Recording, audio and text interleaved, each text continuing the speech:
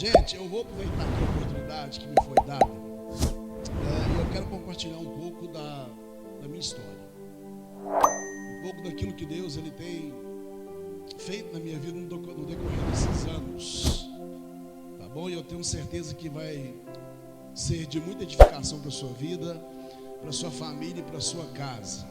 Amém, gente? Glória a Deus. Algumas coisas que você precisa conhecer para vencer na vida. Algumas coisas que você precisa conhecer para vencer na vida. A primeira coisa, a sua história. Parece assim ser uma afirmação meia hipócrita, né? Mas não. Tem muitas pessoas que eles esqueceram da sua história, daquilo que já viveram, daquilo que passaram. E quando eu falo de conhecer a sua história, eu não falo nos pontos de você olhar para trás e se perder com o dia mal, com as dificuldades, não. Quando eu falo de você olhar para trás e conhecer a sua história, é de você lembrar quem você era e quem você é hoje, aonde você estava e aonde Deus te colocou. Isso faz toda a diferença na nossa vida, gente. É o que nos fortalece, o que nos sustenta de pé. O que mais precisamos conhecer para vencer na vida? Conheça os seus defeitos, as suas dificuldades. Percebe-se que o ser humano tem muita facilidade de contar suas vitórias, suas conquistas, seus sucessos. Mas o ser humano tem dificuldade demais de compartilhar o dia mau, as dificuldades. E às vezes o dia mau ele vem como um deserto como a agenda de Deus para preparar você para algo extraordinário que Deus tem. O que mais precisamos conhecer para vencer na vida? As pessoas certas. Pastor, mas às vezes é tão difícil conhecer as pessoas certas, a gente fica impossibilitado. Procure as pessoas certas. O Espírito Santo é que te conduz. É o Espírito Santo que guia os seus passos, a sua vida. E é Ele quem vai direcionar você às pessoas certas. Porque são as pessoas certas que ajudam você a sair do estágio da estagnação para viver o novo de Deus para a sua vida. O que mais precisamos conhecer para vencer na vida? Olha, vozes de pessoas simples, ou seja, as vozes simples. Às vezes nós queremos que Deus ele trabalhe em nós e através de nós, e nós queremos estar perto de pessoas que para muitos, né, são pessoas extraordinárias, mas esquecemos dos missionários anônimos. Talvez uma criança, talvez um adolescente, um jovem, talvez pessoas que nunca subiu aqui nesse altar. São essas as vozes que Deus quer que você ouve. Eu estava conversando com um senhor da nossa igreja esses dias, e ele passando por um processo, lutando com o emocional, com o psicológico. E na igreja nós temos lá um dos nossos irmãos que ele tem uma dificuldade no falar, no expressar. Alguém que nós amamos e tratamos com muita alegria, ele chega na igreja e trata todos também com muita alegria. Mas eu fiquei tão feliz que esse senhor virou para mim e falou assim: olha, o Josuel, durante esse processo meu, que já vem dos 3 meses para cá, ele tem sido o instrumento que Deus tem usado para transformar a minha vida. A hora que eu menos paro para poder pensar, ele me liga, ele manda uma mensagem. Às vezes, por causa da minha situação emocional, psicológica, faltando força até para ir na igreja, com toda a dificuldade que ele tem de expressar, ele me liga e fala: eu não vou para a igreja sem você. E vou dizer mais: se você não for com o seu carro e me levar, como que eu vou na igreja? Então, às vezes, gente, as vozes simples, elas fazem total diferença em nossas vidas. Outra coisa que você precisa conhecer para vencer na vida é os caminhos de Deus. Porque os caminhos de Deus, eles são perfeitos. Jesus falou sobre isso, né? Eu sou o caminho, a verdade e a vida, e ninguém vem ao Pai a não ser por mim. E às vezes nós nos perdemos porque Jesus é o caminho e nós queremos buscar atalhos. Parece ser tão simples, né? Jesus é o caminho, se Ele é o caminho, eu vou trilhar. Mas não é tão simples não, porque o caminho que se chama Jesus, ele requer renúncia, ele requer dedicação, ele requer perdão. E na maioria das vezes, por isso nós procuramos atalhos. Tá? O que eu preciso fazer, conhecer para vencer na vida? Isso aqui é algo extraordinário. Entrega a sua vida como sacrifício vivo no altar do Senhor. É isso que Ele quer de cada um de nós, que nós nos entregamos a Ele. Agora, quando nós olhamos para a palavra de Deus, todos os homens de sucesso, homens extraordinários, homens que foram usados, chamados por Deus, eles tiveram um porém. Alguns exemplos: Adão foi feito pela mão de Deus, porém pecou. Noé andava com Deus, porém bebeu o vinho da sua primeira plantação e se embebedou. Olha só, Abraão era amigo de Deus, porém disse que Sara era sua irmã, com medo de morrer. Isso trouxe a Abraão grandes complicações. Gente, Abraão, ele estava como muitos crentes de hoje. Eles mentem e acreditam na própria mentira. Olha aí, Moisés viu o Senhor face a face, porém feriu a rocha quando Deus mandou o sol a tocar. Isso trouxe para Moisés algumas consequências. Porque não se lembrar de Davi, o homem segundo o coração de Deus, por matar Urias para pegar a sua mulher. Pedro, apóstolo do Senhor Jesus Cristo, porém negou Jesus por 3 vezes. Eu estou aqui para dizer para você que para você que gosta de compartilhar só as coisas positivas, a Bíblia nunca se preocupou em esconder os porém da vida dos santos e das mulheres santas de Deus. Nunca, nunca, nunca. Até porque se você for analisar a vida desses homens e mulheres depois dos porém, eles foram extraordinários. E Deus está aqui hoje. Ele quer que você entenda que independentemente do seu porém, Ele vai fazer algo que vai transformar a sua vida. É isso que Ele tem, que Ele quer de cada um nessa noite. Agora, tem um único homem na Bíblia que não teve um porém. E esse alguém é o maior rei de toda a história, Jesus Cristo, Filho de Deus. Mas o Espírito Santo trouxe isso aqui no meu coração quando eu comecei a meditar em algumas coisas da minha vida desde a infância. E o que eu queria dizer para você, pastor, mas mediante tantos os porém, as dificuldades, como que pode ainda Deus ele achar graça em nós? Deus acha graça em nós é porque não tem nada a ver com o nosso porém, tem tudo a ver com a sua graça, com a sua misericórdia que nos alcançou. O seu amor sem impor condições nos alcançou. Olha o que Paulo fala em Gálatas 1, versículo 15, 16. Mas quando aprouve a Deus, que desde o ventre de minha mãe me separou e me chamou pela sua graça, favor e merecido. Para quê? Para revelar seu Filho em mim, para que eu pregasse entre os gentios. Não consultei carne e nem sangue. Ele ouviu a direção de Deus e tomou posse. Sabe o que me chama a atenção aqui? Além de Paulo entender que não tinha nada a ver com o porém dele, mas com a aprovação de Deus em chamá-lo, e também da graça de Deus, porque ele não merecia. Algo que me chama a atenção é que antes de Paulo pregar Jesus, ou seja, revelar Jesus aos gentios, olha o que ele está dizendo. A primeira preocupação de Deus é revelar seu Filho em mim. Isso se resume no tema na série que nós estamos ministrando aqui durante essas semanas, curados para curar. Porque você só dá o que você tem, você só compartilha o que você tem.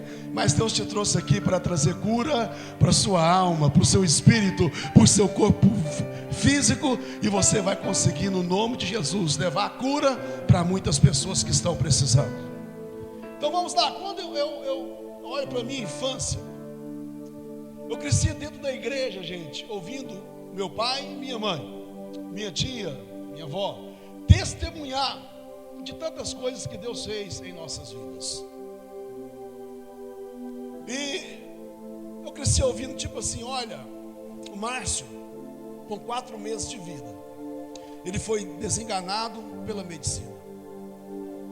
E o meu pai e a minha mãe desesperados no hospital, eu com 4 meses de vida. E a minha tia Terezinha, hoje ela ainda está com a gente, né, com 81 anos, cheia de vida, saúde, uma mulher de oração. Eu tenho certeza que no futuro próximo o Henrique vai trazer ela, o meu tio aqui. Mulher com fervor, sabe, dedicada ao Senhor, tem um prazer enorme. Ela não consegue ficar mais de uma semana sem congregar, sem adorar o Senhor. E eu me lembro dos meus pais testemunhar e dizer que ela aproximou deles e falou assim: olha, Marcos, Luzinha, eu vou procurar uma missionária, Maria das Graças, ela era de Divinópolis, e eu preciso convidar ela para poder vir aqui, porque a última palavra não é do médico, nós temos um Deus. E eles convidaram ela. Os meus pais, quando que ela chegou no hospital, ele falou assim: olha, o filho de vocês para medicina não passa dessa noite. Eles mandaram até rasgar os papéis, a documentação dele. Mas eu vou dizer algo para vocês: eu creio num Deus que, se ele tiver um projeto grande para a vida dessa criança, ele vai devolver a vida e ele vai ter um futuro extraordinário. Gente, isso foi final de semana, não sei se sábado ou domingo. A certeza que eu tenho é que eles sempre contam, é que depois de 3, 4 dias, uma quarta-feira, eles estavam dentro da igreja, porque o Senhor restaurou a minha vida, aceitando a Jesus como único e suficiente Salvador da vida deles.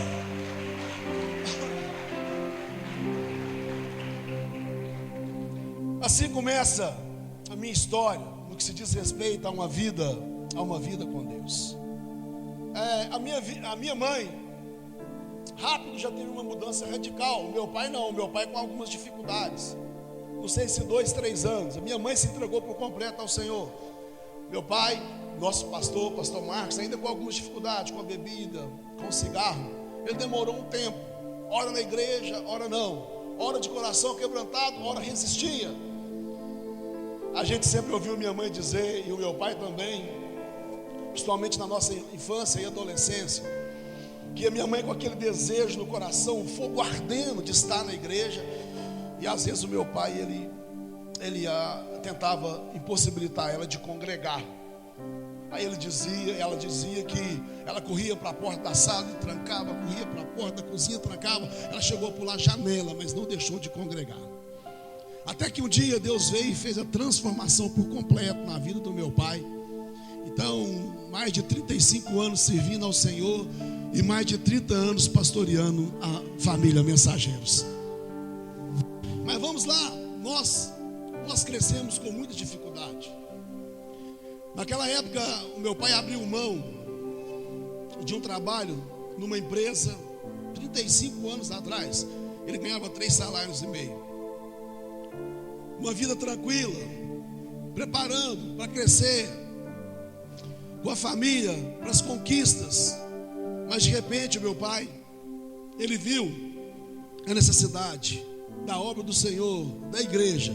Ele abriu mão daquela empresa e se entregou por completo. Até me lembro que ele abriu uma serralheria no quintal de casa. E por muitas vezes, meu pai, ele correndo atrás para poder manter o aluguel da igreja, né? Para dar uma condição melhor para a igreja, para as famílias. E nós acompanhando toda essa situação. Daqui a pouco o Marciel, daqui a pouco veio o Henrique, a Marília, e a gente crescendo, vendo todas essas situações. Não é fácil o começo das coisas, gente, não é fácil. Porque assim como Deus, ele prepara pessoas para te abraçar, te auxiliar e cuidar de você, pessoas que eles querem te dar vida para você continuar colocando em prática o projeto de Deus. Tem pessoas também usadas pelo diabo que às vezes não quer ver o seu sucesso.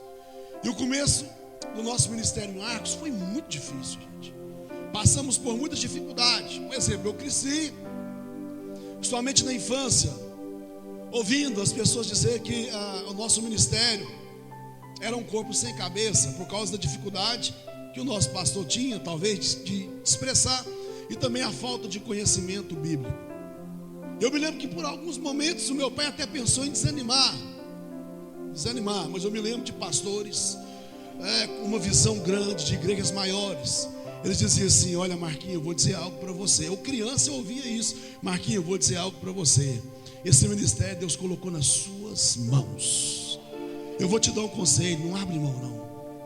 Paga o preço que você tiver que pagar, porque num futuro próximo, aqueles que não acreditaram vão ver o que Deus vai fazer através da sua vida e da sua família. Gente, algumas experiências legais. Eu me lembro que nós ainda criança, a nossa casa ficava na frente,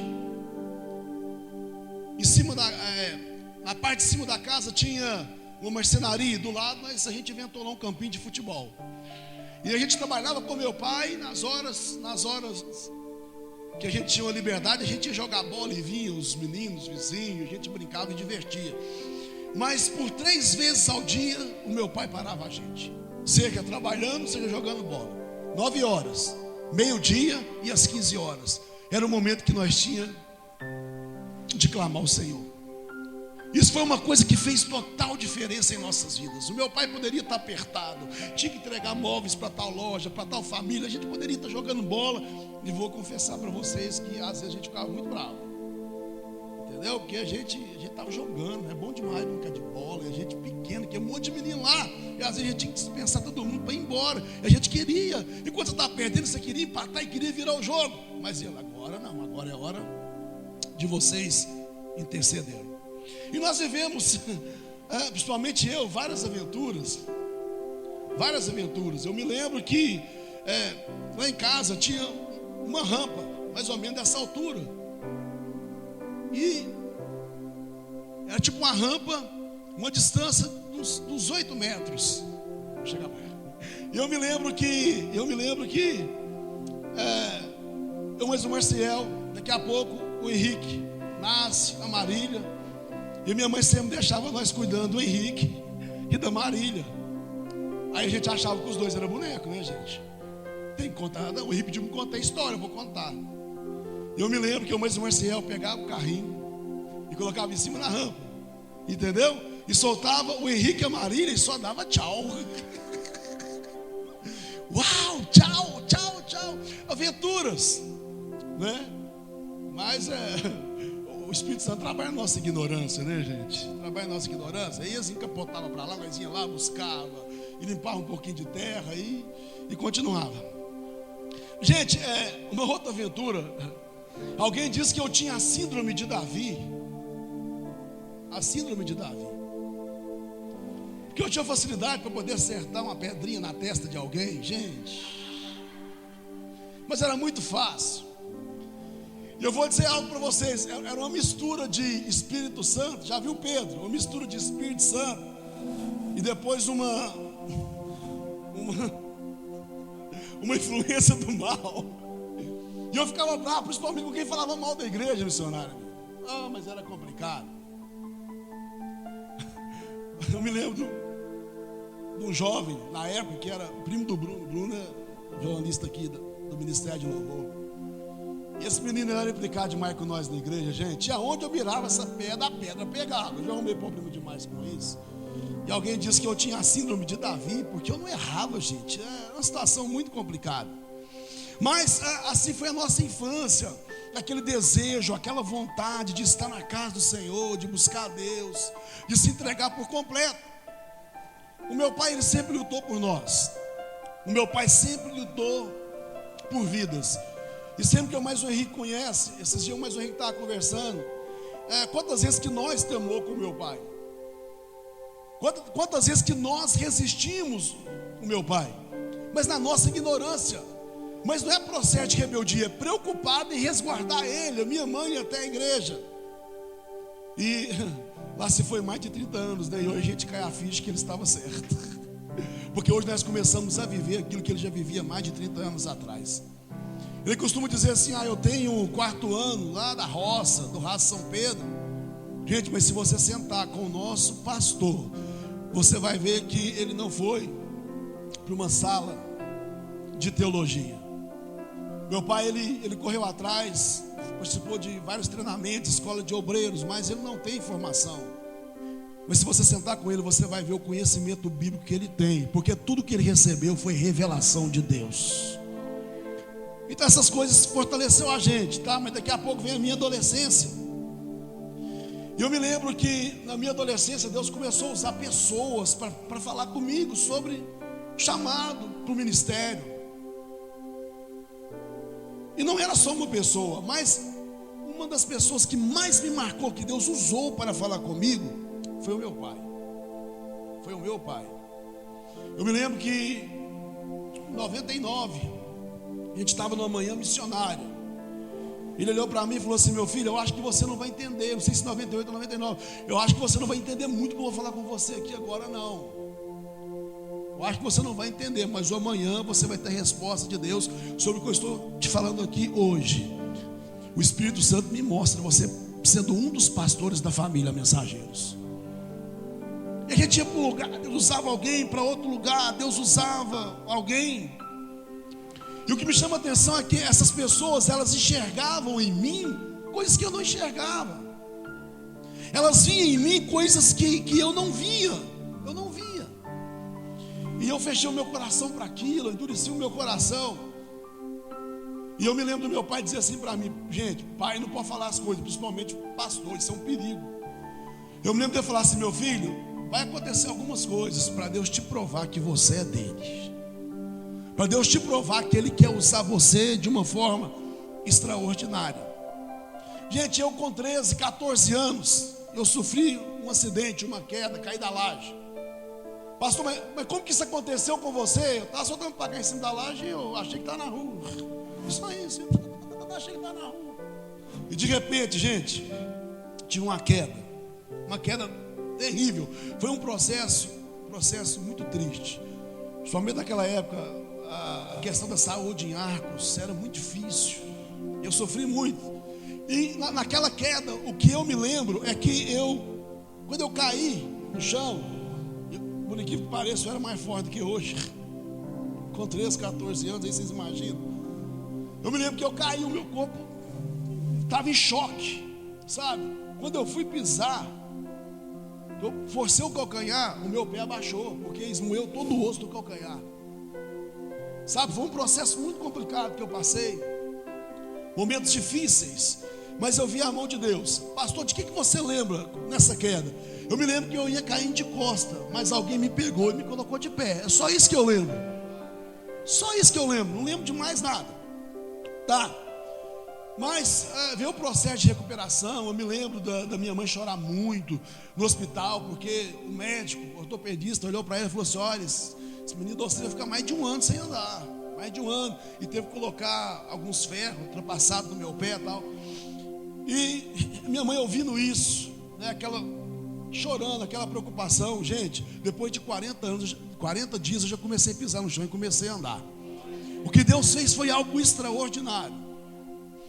Mas com tudo isso, foi um processo que eu parei, que eu comecei a analisar mais as coisas, e eu já comecei a entender, e eu comecei a ter percepção de algumas coisas que o meu pai estava enfrentando na igreja. E o Espírito Santo propôs no meu coração e compartilhar isso com você hoje, para você poder ver a maravilha da igreja que você participa hoje, ou seja, de que você faz parte hoje. O quanto que as coisas mudou. E de repente bateu uma revolta no meu coração. E vou dizer algo para vocês: não é nem muito questão de mim, era mais a questão da forma que o meu pai, ele era tratado, da forma que tratavam ele. Porque você vê pessoas de fora, às vezes, caluniar, tratar mal, é uma coisa, mas pessoas de dentro, e só nós sabíamos o que o meu pai passava dentro de casa, o preço que ele pagava, as orações, sabe, a luta, os devocional, para que ele pudesse cuidar do rebanho que Deus colocou nas mãos dele. E por um pouco de tempo eu comecei, eu sempre, desde criança, eu sempre tive um poder muito grande de influência. E eu comecei a ficar meio emperraçado com líder de jovem, professor de escola dominical, líder de ensino de oração. Isso aconteceu. Isso aconteceu. Culpa deles? Também não, gente. Era um povo ignorante. Eles davam para a gente aquilo que eles tinham. Eles nos davam aquilo que eles tinham. Não tinha preparo. Hoje você vai chegar aqui na igreja, você já tem um café conexão, já tem um curso de novos membros, já tem um treinamento dos voluntários. Daqui 5, 6 meses você está pronto, ou seja, para poder exercer aquilo que Deus Ele colocou no seu coração. Mas naquela época era diferente. Não tinha esse cuidado, não tinha essa preocupação, até pela ignorância. E eu me lembro que eu comecei a usar a minha influência para o lado negativo. Para o lado negativo. Então, tinha um sábado quando aparecia no culto dos jovens, eu pegava alguns jovens e adolescentes e ia para outros lugares. Eu me lembro de uma escola dominical, um dia pela manhã, né? Porque lá em casa era assim, 6h15, 6h20, meu pai já soltava aquele som, deu lá, não sei se era 3 em 1, 4 em 1, que é disso, desse tamanho, né? E já começava 6h15, 6h30 da manhã, gente. A escola dominical era 8h30, mas 6h15, missionário, já começava.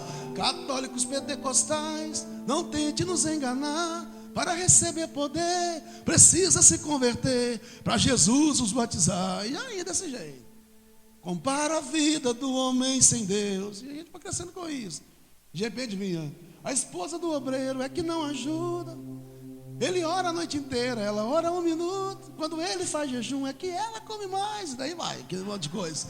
E a gente crescia com isso. Drogas matam, aceite Jesus. Drogas matam.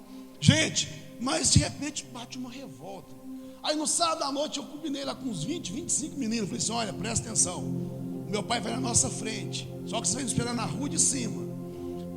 A igreja ficava uns 2 quilômetros da nossa casa. Gente, por incrível que pareça, estava o pessoal na escola dominical, e de repente um rombo na escola dominical, porque não tinha nem adolescente nem jovem. Eu combinava com eles na rua de cima, nós íamos jogar bola no campo de areia em Itaú. E tudo isso, gente, de propósito, vocês acreditam? Tudo isso de propósito. Para vocês verem a dificuldade, a luta emocional e psicológica de ver o que faziam com meu pai. A forma que tratavam ele. Então isso começou a mexer com a minha mente, com o meu psicológico. Meu coração fecha, eu não aceito. Meu coração fecha e eu não aceito conselhos, disciplinas, correções de ninguém. Até que um dia que veio um tempo de quebrantamento, o Espírito Santo começou a trabalhar no meu coração, e eu comecei a enxergar, independentemente daquilo que as pessoas faziam, daquilo que as pessoas eram, eu comecei a enxergar a sinceridade do coração do meu pai. Os devocionais, por isso que é importante nós ensinarmos os nossos filhos no caminho que eles devem andar.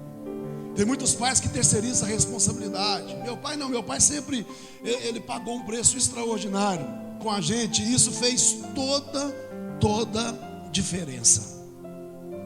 Até que eu decidi: olha, eu preciso de envolver nos propósitos de Deus, eu preciso de me entregar, E eu me lembro que a gente estava numa terça-feira na igreja, as irmãs orando, os obreiros e tal, e um camarada entrou dentro da igreja endemoniado. Gente, eu na alegria, sendo renovado, cheio de Espírito Santo, o cara entrou. E ele entrou na igreja endemoniado, que parou tudo, parou oração, os obreiros parou, entendeu? Já levantou alguns obreiros para poder expulsar o demônio da vida daquele cara. E ele apontou o dedo para mim e falou assim: desgraçado. Eu falei: ué, pronto, agora enrolou. Eu falei: olha, algum tempo atrás eu levantei contra a sua vida. E aquele dia que eu te lancei de cima daquela laje lá, foi para tirar a sua vida. Só que 2 homens de branco, com lençol branco, não deixou você cair de costa no chão. Mas é o que eu tinha projetado. Eu falei: cara. Aí na hora o Espírito Santo trouxe na minha mente o impacto que eu tive, porque eu ia caindo de costas. De repente eu me vi em pé. Aí eu comecei a ter percepção sobre a fúria do demônio, a fúria do diabo. Gente, o diabo, ele não quer ver a nossa prosperidade, e muito menos o sucesso dos nossos filhos. Eles não querem ver. E eu comecei a ter essa percepção. E daqui a pouco eu começo a entrar na idade da juventude. Aí foi aonde o Espírito Santo começou a me despertar para liderança, para essas coisas, para me entregar, para abrir o coração. E eu vou ser sincero, meu coração queria, mas ainda tinha um desconforto, tinha uma preocupação. Nessa época, a Lívia chega na minha vida, a gente começa a namorar. Algumas coisas que me chamou a atenção em questão da Lívia. Gente, a Lívia, ela tinha prazer por culto ao ar livre. A Lívia, ela pegava uma ou outra menina da igreja e ia para o hospital. Eu me lembro dela chegar e falar assim: nossa, hoje lá no hospital a gente visitou, entrou de quarto em todos os quartos, e tantas pessoas aceitou Jesus, tantas pessoas entregou a vida para Jesus. Então isso me despertou na Lívia. Mas eu imaturo, a Lívia imatura, principalmente em conhecimento bíblico. E mesmo namorando a gente enfrentou algumas dificuldades. Mas o Espírito Santo sempre nos atraía para algo que Ele tinha preparado para as nossas vidas. Eu enfrentei alguns gigantes no começo da minha juventude. Gente, isso não foi fácil. Enfrentei alguns gigantes, tipo o gigante da rejeição. E o gigante da rejeição, por quê? Porque alguns obreiros na igreja, eles me excluíam de algumas oportunidades que eu tinha. A gente estava no meio dos adolescentes, no meio dos jovens, e de repente vinha a oportunidade da gente crescer, da gente somar. Mas aí eu comecei a enfrentar o gigante da rejeição. Isso mexeu demais no meu emocional, no meu psicológico. Aquele Marcinho que sempre influenciava pessoas, que estava no meio de muitas pessoas, de repente acabava o culto da igreja, e eu me lembro como se fosse hoje, o Marcial ia embora com o Luciano, o Bruno ia embora com o Danilo, o Israel com o Márcio, o Xará, amigo da gente, e saía lá, ia todo mundo embora, as meninas e tal. Eu não conseguia aproximar deles, por causa desse gigante da rejeição. Eu me lembro que eu ia embora para casa, eu ia sozinho, chegava em casa e começava a chorar.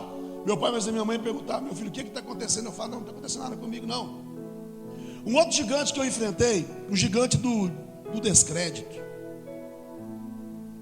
Gente, isso aqui é muito complicado.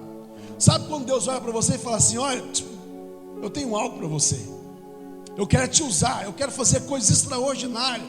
Mas quando o gigante do descrédito, ele se levanta e você não tem maturidade para lidar com ele, gente, é muito complicado, é muito difícil. Porque as pessoas olham para você e sabem o que elas dizem? Elas dizem que você não tem capacidade. Lembra do que aconteceu com Davi, o irmão mais velho, Eliabe? Volta lá, rapaz, cuida das ovelhas, você não tem capacidade para isso, não. Lembra de Saul, uma autoridade espiritual? Você não dá conta, não. Quer colocar minha farda aqui, ó? Não dá para você, não tem jeito. Quer colocar minha armadura? E esse gigante também, ele tentou me assolar, gente.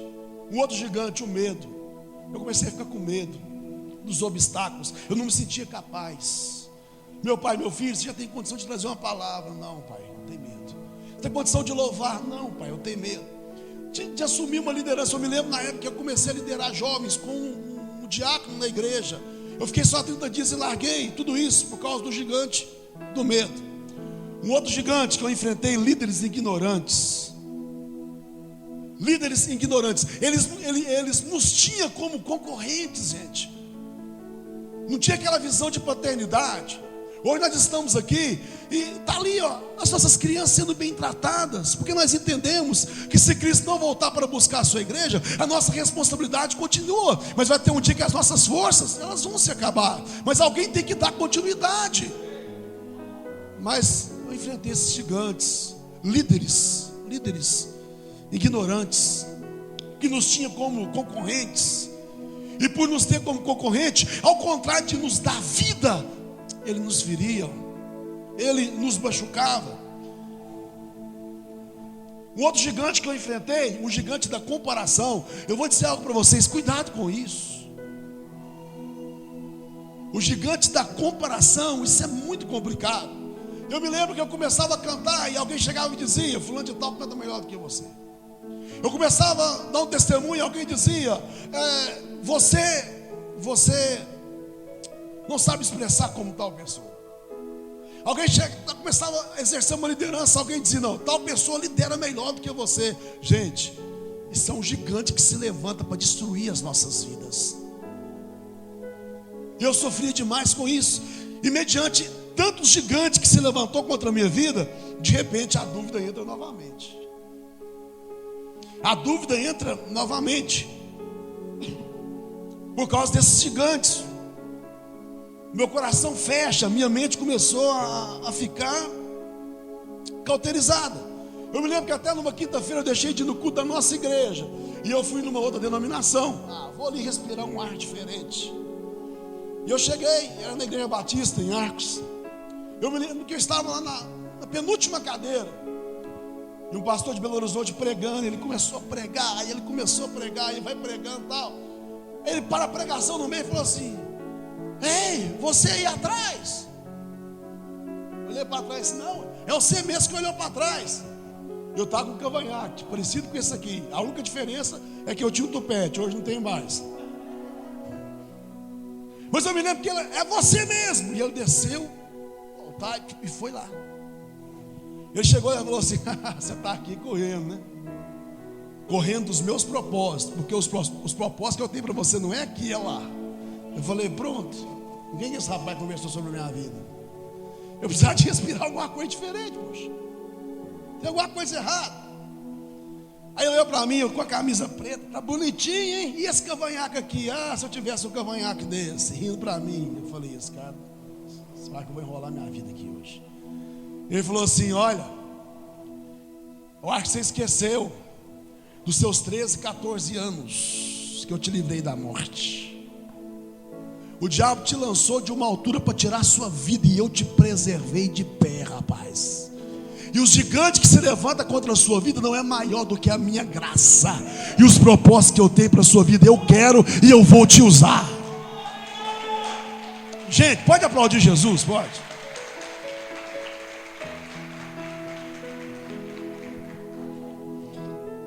E de repente o Espírito Santo ele me desperta novamente. E eu vou embora para casa. Eu falei: gente. Eu cheguei em casa, eu procurei meu pai. Eu falei: seu pai. Eu falei: oi.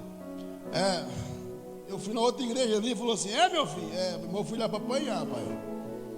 Fui lá para poder apanhar. Tá, mas deixa eu finalizar aqui, porque senão o tempo não dá. Mas eu me lembro que me entreguei novamente ao Senhor. E de repente começou a vir algumas conquistas. Dentre elas, mas a Lívia fica noiva, daqui a pouco vem o casamento. E eu vou dizer algo para vocês: Deus colocou uma mulher extraordinária na minha vida, gente. Agora dia 15 de novembro a gente vai completar 15 anos de casado. Eu vou dizer algo: a Lívia, a gente casou, a gente morou 3 anos e meio na casa da minha sogra, do meu sogro. E tem alguém que diz assim: nossa, eles foram ruins. Não, ruim foi nós, né? O que ela foi fazer na casa deles? Tem gente que fala mal do sogro e da sogra, mas não sai de lá, depende para tudo, né? Então não tinha nada a ver com eles, tudo a ver com a gente. 3 anos e meio. E a gente casa em novembro, em janeiro, trabalhando numa empresa lá, uma peça de 150 quilos caiu na minha mão. Eu perdi um centímetro desse dedo. Picou na hora. E eu preocupado com aquela situação. Tinha que passar por um cirúrgico, 10 meses, e daqui a pouco o pessoal me despediu. Não continuei na empresa mais. Eu já tinha começado a envolver na igreja, auxiliar o meu pai. A gente via dessa cidade. De repente começou a aparecer alguns empregos. Eu falei assim: Lívia, olha, eu preciso de trabalhar. A gente está aqui na casa de sua mãe, de seu pai. A gente tem sonho, tem projetos. Mas se eu continuar aqui, não vai dar certo. Não vai dar certo. A gente precisa assumir nossa responsabilidade. E só que tem a questão do ministério. Se eu for trabalhar em outras empresas, aquilo que eu fazia para o meu pai eu não vou poder fazer mais. Aquilo que eu fazia para o ministério não tem como fazer mais. Eu me lembro que a Lívia olhou para mim e falou assim: olha, eu ganho só um salário, mas você pode descansar em Deus. Eu acredito no seu ministério que Deus tem para a sua vida. Com um salário eu vou cuidar de você e vou cuidar de mim. Gente, ela abraçou essa causa. Eu me lembro que a primeira ajuda de custo que eu tive na igreja foi de R$100. Daqui a pouco R$200. A gente começou a trabalhar e a igreja começou a crescer. E eu louvo a Deus pela vida da Lívia, por esse investimento, pelo apoio. Daqui a pouco vem os filhos, né? Vem o Azaf. Eu vou dizer algo para você, gente. O Azaf, o Aleph e o Abner, é uma das maiores escolas que Deus deu para mim e para a Lívia. O quanto que nós crescemos com os nossos filhos. O quanto que nós crescemos. Cheguei aqui, o Bruno me deu um abraço. Você é papai. Eu falei, ô glória. Amém? E eu profetizo que você vai ser pai de multidões, tá bom? Uma bênção. Vem os filhos, uma outra conquista. Aí vem a questão do pastoreio. Comecei a assumir a responsabilidade mais de frente. Aí começa a aceitação de muitas pessoas. E isso é um resultado de que Deus, Ele está apoiando o chamado ao qual Ele tem para as nossas vidas. Porque tem pessoas que eles querem liderar, eles querem trabalhar na obra de Deus, mas eles não conquistam o coração das pessoas.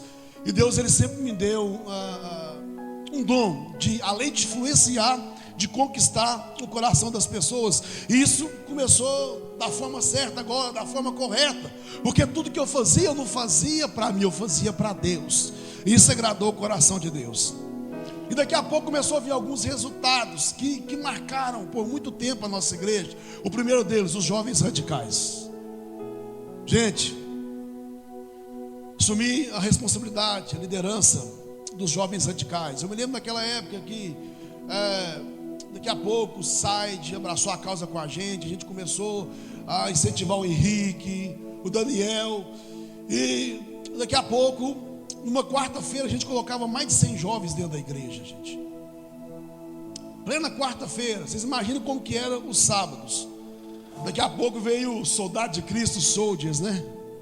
A gente começou a chamar a atenção das multidões. Só que nós tínhamos o inimigo de Deus contra as nossas vidas. Ué, pastor, que é isso? Inimigo de Deus? Inimigo que Deus levantou contra as nossas vidas. O inimigo que Deus levantou contra a vida de vocês gente, nós investimos mais de 30 mil reais no CD. E quando a gente chegou em casa, aquela alegria, eu mais o Henrique olhou para meu pai, vocês podem ir aonde vocês quiserem, mas o chamado de vocês é para pastorear. E os pastores ligavam, vem com a gente e tal, o pessoal tem festa em tal lugar, fez uma marcha para Jesus e vamos, e nós todo mundo empolgado, e tem um monte de gente, sonde, pode me vender, pode me humilhar, eu nasci para te adorar. E aí? E o meu pai, ô Senhor, acorda esses meninos. Eu falei, pronto. Eu me lembro de uma vez que o Rick virou para mim e falou assim, não vou mexer com esse trem mais não. Eu falei, por quê? Tá jogando tudo na minha mão, hein? Você não quer fazer mais nada? É porque a oração do meu pai e as palavras dele começou a dar certo. Aí o Rick reunia a banda e tal, eu falava, gente, como é que nós vai sair do trabalho domingo e deixar meu pai aqui? Aí nós dividimos o louvor da igreja tudo. Aí no sábado, trabalho de jovens, gente, esses jovens precisam de nós. Lembro de uma vez que foi no pastor Emerson, né? O Henrique tá assim, você é mal, você não tá com nada não. Eu falei, por que, Henrique? Você tá pulando fora das coisas. Nessas oportunidades que a gente indica cantar, uns 2 pastores pegou o Henrique. Eu tô vendo o seu guarda-roupa cheio. E eu vou te levantar como pastor, o Henrique. Vá. Ele ia embora rindo dentro do carro. Ai. Gente, mas a igreja, ela continuou crescendo. A gente se transformou numa igreja muito relevante. E daqui a pouco, como meu pai sempre diz, né, a árvore começou a crescer. E Deus começou a honrar a nossa igreja em Lagoa da Prata. Daqui a pouco, Bambuí, Divinópolis. Hoje está aqui o Henrique, com a Marina, com as crianças, com essa família linda e extraordinária. O Sérgio Mesa Marluz está em Bambuí, né, que tanto lutou, trabalhou com a gente. O site chegou na igreja, gente, rejeitado pela sociedade, pelas autoridades. Vocês ouviram o testemunho dele aqui numa outra oportunidade, o que Deus fez na vida dele também. Tá, finalizando. Mas uma das coisas que impactou a minha vida foi quando chegou a fase da maturidade. Já quero convidar o pessoal do louvor. A fase da maturidade, ela marcou a minha vida. Porque já há anos eu tinha uma vida com Deus. Já há anos eu desfrutava de grandes coisas. Relacionamento com o Espírito Santo. Tá? Mas quando chegou a fase da maturidade, o que marcou a minha vida é que eu deixei de preocupar com aquilo que as pessoas pensavam e comecei a preocupar com aquilo que Deus pensa ao meu respeito. E eu vou te explicar. Eu já entrei no estágio agora da confissão, porque a minha infância, a minha adolescência, a minha juventude, ela me levou a muitas situações. Eu vou dizer algo para você: se você ainda não entrou no estágio da maturidade, te prepare, porque ainda você não teve uma oportunidade de olhar para Deus face a face. E quando eu comecei a olhar para Deus face a face, ter mais experiência com o Espírito Santo, o Espírito Santo foi amor começou passando aqui para falar para você o quanto você é importante para mim, quanto você é importante para os nossos filhos. Eu louvo ao Senhor por ver o homem maravilhoso ao qual você se tornou. Nós nos conhecemos, eu era apenas uma criança, né? A gente às vezes ri um pouco das nossas histórias, tudo que a gente já viveu. Mas a gente se conheceu, eu tinha apenas 11 anos de idade. E é engraçado, mas eu e todas as meninas que entraram na igreja junto comigo nos apaixonamos pelo Marcinho. Primeiro instante, assim, eu não gosto de contar muito não, mas a primeiro instante você não quis nada comigo, né? E aí eu fiquei lançando palavras sobre você. Um dia você vai correr atrás de mim e tal. E a gente entende que em tudo Deus tem um propósito, realmente. Você se interessou por mim, me procurou e até então estamos juntos até hoje. Claro que a gente teve algumas dificuldades porque éramos muito jovens, né? Mas pela glória do Senhor, no dia 11 de novembro a gente vai completar 15 anos de casado. Eu sou muito grata a Deus pelo marido que você é. Agradeço muito ao Senhor porque você me confronta muito e você me impulsiona a ser uma mulher cada vez melhor. Louvo ao Senhor pelo pai que você é. Eu fico admirada ao ver o quanto você dedica os nossos filhos ao Senhor, o quanto você dedica em questão de ler a Bíblia, em oração, através da vida dos nossos filhos. E é isso, eu amo muito você.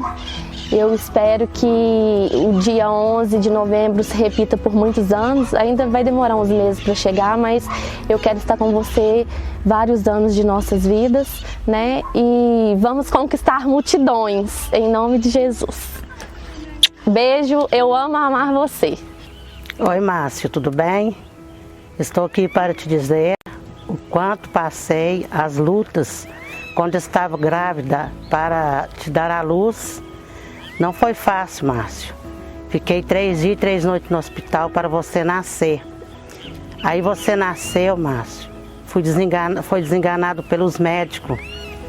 Mas graças a Deus, pela honra e glória do Senhor, através de você, nós aceitamos Jesus e você foi curado e liberto. Só que, Márcio, o inimigo tentou tirar você dentro do meu ventre. Não foi fácil, foi uma luta tremenda. Mas hoje eu me orgulho de ver como você agora, nesse instante, né? Desenvolveu na palavra do Senhor. Foi muita luta e dificuldade, Marcinho, que nós passamos com você quando você cresceu. Nós oramos, foi no monte, oramos, agradecemos a Deus. Quando chegou um dia, você gritou comigo no terreiro, que o tempo seu acabou conosco ali em casa, que não ia ficar conosco mais, ia para BH. Aí eu repreendi você em nome de Jesus e disse que ainda não começou e está para começar. E foi verdade. Hoje eu me orgulho de você, esse homem de Deus, essa maravilha que Deus colocou no nosso caminho. Eu lembro quando a gente ia para a igreja, nos estudos da terça-feira, nós passava tanta luta com você, mas você fazia que nem as folias. Juntava os jovens tudo para ir jogar bola. Ainda chegava na porta da igreja com a bicicleta ainda, olhava para a gente, eu chorava de tristeza, né, de saber o que Deus fez na sua vida. E você tirava a juventude da igreja, mas não foi fácil. Você pegava eles, ia para o meio dos matos brincar, eu ia lá com a vara pegar você. né? Ainda consegui acertar você com a vara. Não foi fácil, Marcinho. Quem me ajudava, o Henrique, né? Você falava para o Henrique não contar e o Henrique contava as suas travessuras. Não foi fácil, Marcinho. Quando eu dizia para você, não brinca de papagaio, você subiu em cima da laje, ainda caiu, Marcinho, machucou. Não foi fácil também, Marcinho, quando você foi brincar, eu dizia, não tema com sua mãe, Márcio, você vai machucar. Você levantou perto do poste e está com a testa, você está com a testa marcada até hoje das suas travessuras. Mas quero dizer que te amo, viu? De coração. Que Jesus continue te abençoando, fazendo de vocês esse jovem especial, fazendo de você com essa família linda. Parabéns por tudo, Marcinho. Continua assim, na presença do Senhor, para que chegar quando você partir, você vai ter sua coroa, em nome de Jesus. Márcio, eu quero aqui, dentro de poucos minutos, falar um pouquinho a seu respeito. Agradecer a Deus por tudo, pela sua vida. Você é aquela pessoa de entre os filhos, a qual Deus, no princípio do meu ministério, Ele revelou que você seria uma pessoa hoje que estaria na liderança da igreja e principalmente nesses últimos tempos, né? Eu com esse processo de saúde e você tem assumido a responsabilidade, Deus tem te abençoado e eu sou muito feliz por isso, né? Não somente por você, mas por todos os filhos, porque vocês são as pessoas que estão aí me auxiliando e fazendo o melhor e eu louvo a Deus por isso, porque hoje a nossa igreja, cada dia, ela toma uma proporção maior e a gente sabe que isso é resultado de um trabalho com excelência. Me lembro, Márcio, que a gente foi para a igreja através da sua pessoa. Você foi acometido de uma enfermidade muito grande e a medicina te desenganou, mas nesse tempo Deus enviou uma mulher de Deus, uma missionária, e pôde falar de Jesus para nós, e ali diz para nós que se nós confiássemos, por mais que a medicina tinha desenganado, mas Deus iria fazer uma grande obra na sua vida. E assim aconteceu, e hoje você está aqui como prova viva de que Deus, Ele é um Deus que cura, que liberta, e você é um milagre de Deus para todos nós. Quando você vivia aquela vida ainda de desobediência, porque não conhecia a palavra de Deus, me lembro que eu estava aqui em Lagoa da Prata, fazendo a obra, e você, mais o Henrique, em cima da laje soltando papagaio, e ali vocês levaram uma queda, e quando eu cheguei, o meu cunhado, que é pastor hoje, em Bambuí, o Sérgio, me conta ali a notícia, e a laje era muito alta, e quando ele começou a contar, eu disse, ó Sérgio, pode falar o que foi que aconteceu de ruim aí, porque não precisa se preocupar não. Ele, não, na verdade, você pode estar pensando coisa pior, mas por mais que ele caiu de um lugar alto, ele só teve uma lesão no pé, e está lá no hospital, e está tudo bem. Mas hoje, a gente alegra porque tudo isso você passou. Mas hoje você é uma pessoa que, graças a Deus, traz um resultado muito grande na responsabilidade que você assumiu com Deus e com o seu ministério. E eu sou feliz por tudo isso e sou muito grato a Deus por ter vocês ao meu lado, me ajudando no ministério. E aí, Marcinho? Rapaz, vendo de onde você saiu, hein? Sinceramente, nem eu acreditava que você ia estar onde você está hoje, cara. Você tá doido. Lembrando da nossa infância, né? A gente viveu muitos momentos bons, apesar de muita dificuldade. E pessoas não acreditavam, né? Não acreditavam no que iríamos tornar hoje. Estou falando por mim, mas, como se diz, né? Quem se tornou o fera foi você, ou não. Mas graças a Deus, com muita luta, né? Com muita determinação, e você de alguns anos para cá, você se empenhou mais. para estar desenvolvendo, e através disso o ministério foi crescendo também. Te admiro muito, irmão, te admiro muito mesmo. Eu lembro de uma vez que a gente era bem pequenininho, né? Você levou a gente para um rio para nadar, escondido dos pais. E o Henrique, menor ainda, acho que 4 anos de idade no máximo, conseguiu levar a minha mãe atrás da gente. A gente apanhou pra caramba com vara, que sei lá, que chamava vara de marmelo, alguma coisa assim. Mas isso já mostrava o seu perfil de liderança, você conseguia arrastar todo mundo, independente das consequências. Beijão, irmão, te amo, tamo junto, viu? Meu brother, falar de você é muito fácil, cara. Na verdade, eu tenho muitas histórias aqui, guardadas aqui dentro no meu coração, né? Mas falar pra você, Marcinho, que o tanto que eu te amo e o quanto eu me inspiro em você.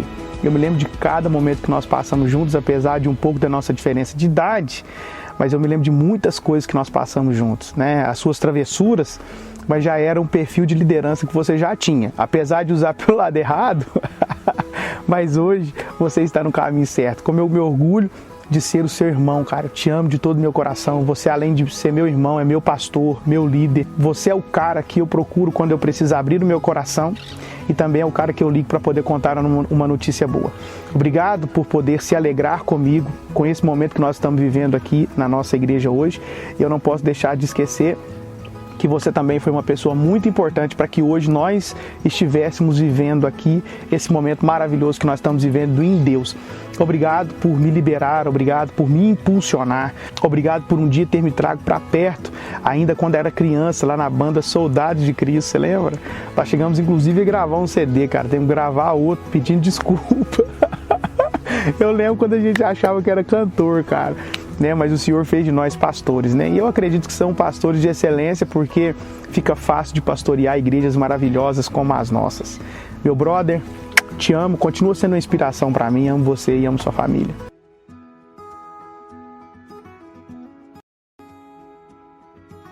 Não, velho, o que você quer que eu fale dele lá mesmo? Rapaz, nem eu acreditava no você. Fala, filho, vai.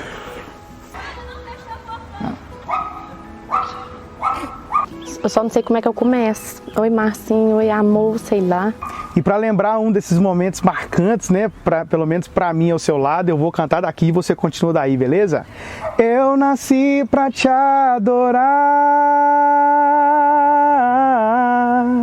eu nasci pra te adorar. Vai! Do lado eu quero estar, eu nasci pra te adorar.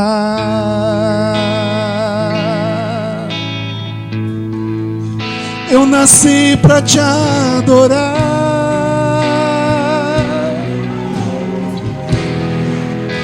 Nasci pra te adorar.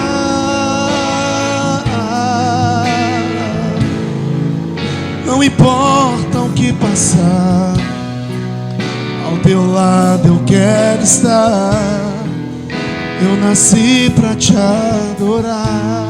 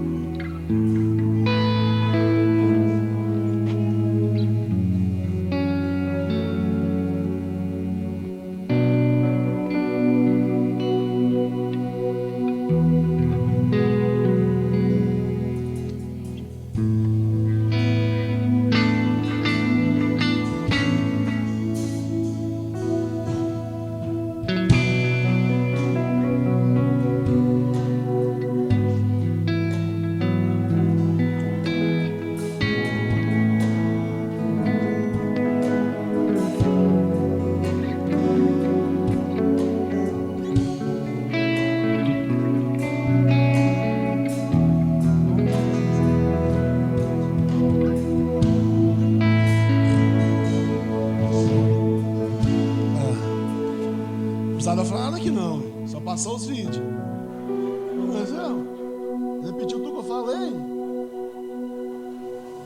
Queimou mais meu filme. Eu não lembro de tudo não, gente. Eu acho que o Espírito Santo não deixa.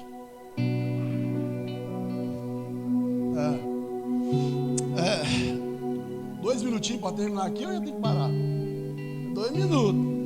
Gente, olha, pode ficar em pé, eu vou finalizar. Algo que marcou minha vida e a vida da Lívia no processo de maturidade é a questão da confissão. O que nos levou ao processo de confissão? Cobrança do Espírito Santo. Preocupar mais com o caráter do que com a reputação. Preocupar muito mais com aquilo que Deus pensa do que com o que as pessoas pensam. O Asaf nasceu com um probleminha e foi necessário passar por 2 cirurgias. 4 ou 5 anos, a Lívia tinha um problema no estômago. Nós fizemos um investimento muito grande. Nós trabalhávamos para poder cuidar dela com esse processo que transformou numa ferida, e os médicos eles desconfiaram de várias coisas. Até que um dia, alguns anos atrás, eu mais a Lívia no processo de maturidade, vem cá, a gente decidiu abrir o nosso coração.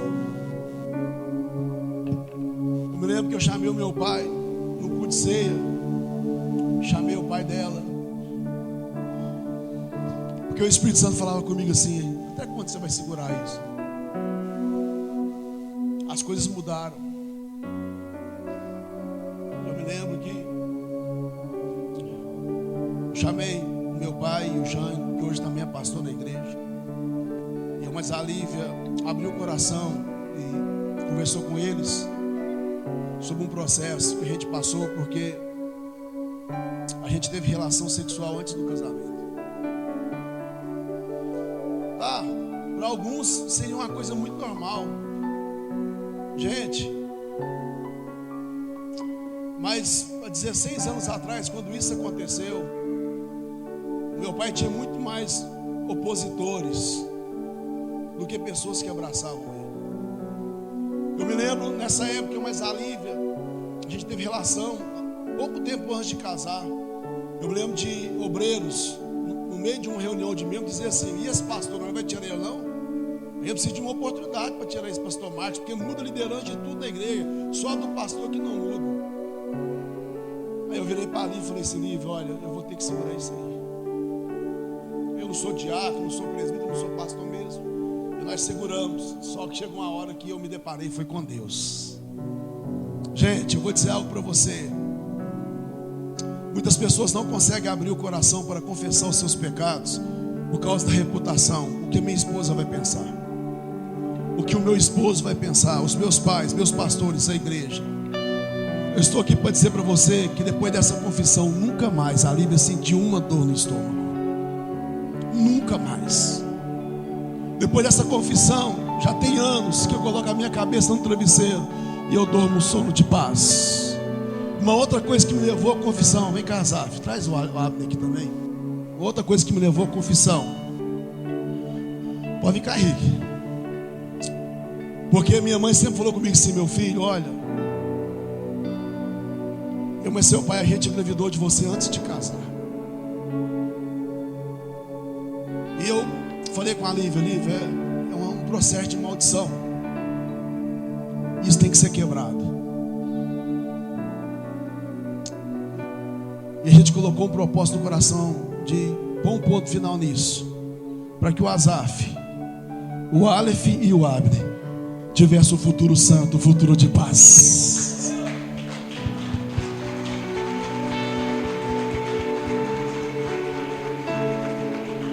Eu vou dizer algo para você: crede no Senhor vosso Deus, estareis seguros. Credes nos seus profetas, se prosperarem. Confessai as vossas culpas uns aos outros e orai pelos outros, para que sareis. A oração feita ao justo pode muito em seus efeitos. O que cobre as suas transgressões nunca prosperará, mas o que as confessa e deixa alcançará misericórdia. Hoje o meu pastor, hoje a minha esposa, sabe das minhas qualidades e das minhas dificuldades.